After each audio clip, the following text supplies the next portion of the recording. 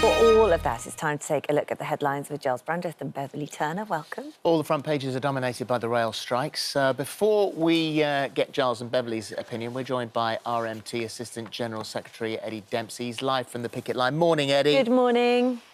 Morning, thanks for having me on. Pleasure. Obviously, there'll be a lot of people who are not where they want to be this morning, desperately trying to get to where they want to be.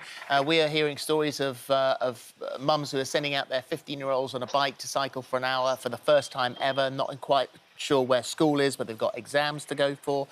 So it has been a massive disruption. Why are you doing it?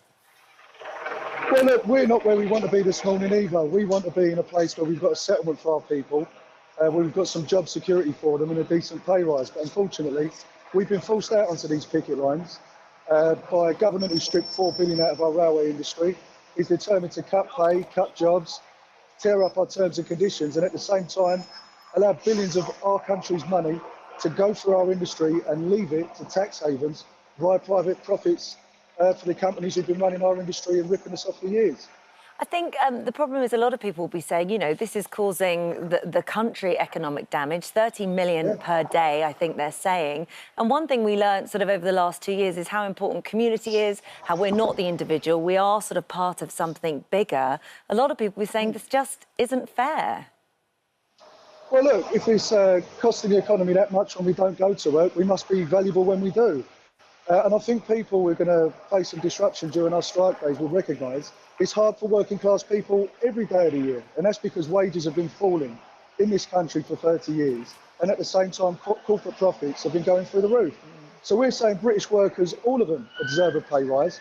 And we're prepared to stand up and fight for that and make sure we keep our jobs and we keep the conditions that we've built up over years. We obviously, you know, look at this, and the one thing you want is, you know, you want people to talk. You want some sort of communication between you and the rail network. The government say, and they're sort of sitting on the fence a wee bit and haven't got necessarily hugely involved, but the government committed £16 billion to keep the railways running through the pandemic, ensuring not a single worker lost their job. So is there communication here, or are you just saying, right, that's it, give us what we want, or we're out till Christmas? No, there is communication between us and the industry. I was in discussions until very late last night, trying to achieve an offer, but what we got instead was an escalation. They gave me notice of consultation and redundancy.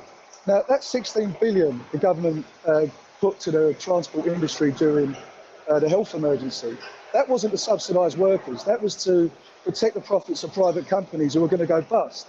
And what people need to realise is the government keep flashing this figure that everyone lost £600 to support the rail industry. 107 of that £600 left this country and went to tax havens in Luxembourg, in Guernsey and in the Cayman Islands. In the worst pandemic year, more than a quarter of the total subsidy that went to the rail industry left this country and went to tax havens. That is a scandal. So at the time when they're telling workers who kept the country moving during the pandemic, you've got to sacrifice your jobs and you've got to tighten your belts, they're looking after these private corporations whose profits are protected, and that is a national disgrace. So what needs to happen then to stop us having a summer or possibly right up until Christmas for these strikes to continue? Well, we need the government to unshackle the industry and let them negotiate with us freely. And I have to say this, it's not often you hear this from a trade union, but on the industry side of this dispute, they have conducted themselves properly, but they've been unable to make a deal with us because they've been constrained by the government. If you listen to the messaging that's come from the trade unions and listen to the messaging that's come from industry, you'll see it's quite measured. The people that are making the hyperbolic and wild rhetoric are the people that are in the government. They're turning this into an opportunity for them to attack working people and try and distract the whole country from the cost of living crisis. Now, inflation in the RPI is 11.1% right now. And we have got to get a settlement for workers in this country. Boris previously said we've got to have a high wage economy and we've got to have job security. You can't get a pay rise if you don't have a job. So we're part of what we think is going to be a broader fight back from people and a readjustment in this economy that's long overdue. We need more wages and less profits in this country, and we're determined to set out and get that for our people. And how long is this going to go on for? This will go on until we get a settlement. So we're available for talks. We've issued an open invitation. We've said as soon as anyone's interested in speaking to us, we'll be at the table. And I have to say, Grant Shapps has been lying to the country, and lying to Parliament, saying that we've been walking away from talks and not attending. We've been in every meeting. We've never left any meeting, and we're available for talks now. I'm afraid Grant Shapps couldn't lie straight in bed. He's a con man and he's selling snake oil to the people in this country. All right. Well, we haven't got him here to answer that side of the argument, but we know that it has got a little bit feral on occasion. But listen, thanks very much indeed Eddie, for joining us today. And as the entire country hope that some sort of resolution can be found quite quickly. And us too. I'm sure. Thanks for joining us. So, watching this, looking at where we are right now, as Holly said, you know, you come out the back of 2 years of nightmare, being locked in, families, you know, trying to get back on their feet, businesses getting back on their feet, kids in their exams, you know, all of this unnecessary disruption. A resolution will be found. A resolution always is found. This won't go on forever. And what we need to do somehow is cut to the chase. I think the problem is it's more complicated than it looks because the railways were privatised in the 1990s. Then they were partially renationalised during the pandemic, and this money was put into keeping the railroads going. The railway companies are private companies now, and they're internationally owned, many of them, which is why, you know, some of the profits do go overseas. It's complicated. The future of the railways is complicated. There are 15 countries that have driverless trains now. So there will be a time when we're using far fewer drivers in this country. But jaw is always better than war. You've seen what Eddie was saying there. I mean, it does seem to be the crux of this is the amount of profit compared to what's going back to the worker. And where that money goes. And I feel like it's probably a lot of people like me I've been swinging by the day with this debate, because when you're sat trying to get somewhere and you need to get somewhere, like you were saying, Philip, there are kids wanting to get to exams, it's infuriating.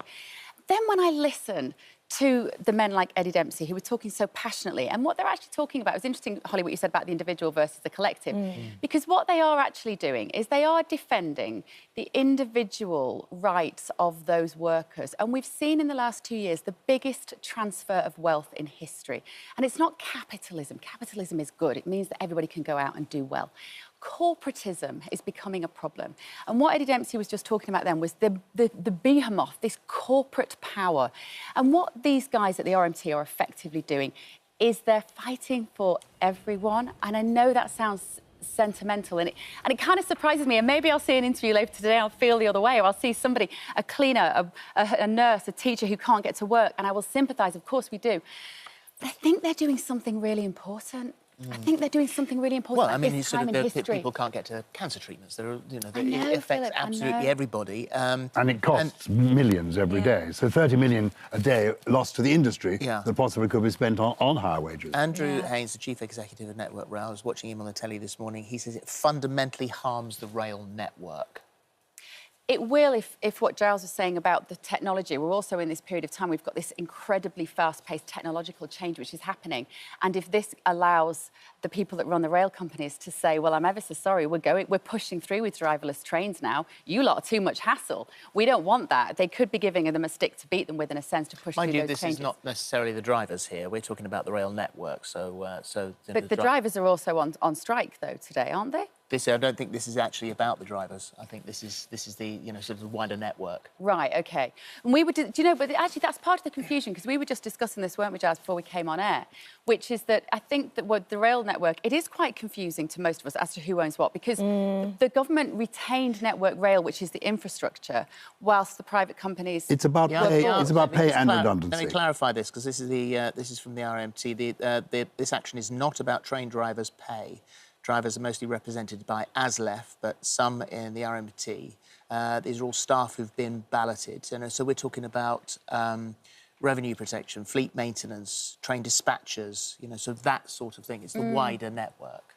OK. But I think the management are saying there will be no compulsory redundancies. That was discussed this morning, but there's a very confusing letter because the letter which has been discussed, the one side saying that there are going to be compulsory redundancies. Andrew Haynes this morning saying that they were voluntary, and the word compulsory was never used in that letter. And this is where it's difficult, isn't it? Because until you get to the to the facts until you get to the point where you're discussing real clarity here, and it's not muddied by this, sort of feral arguments, then that is pointless. It is, but it doesn't help anybody today, as you say, who cannot get to work, and this will go on and on.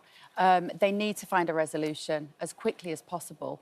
But should we support them in that they are actually standing up for their individual workers? I'm sure there are a lot of people watching this who work in industries which don't have that sort of union support anymore. We've got 0 hours contracts. We've got people that can't get mortgages because they've got no guaranteed income. What these guys are fighting for actually is a little bit more job security for individuals. And maybe we have to think twice before we say that's the wrong thing to do.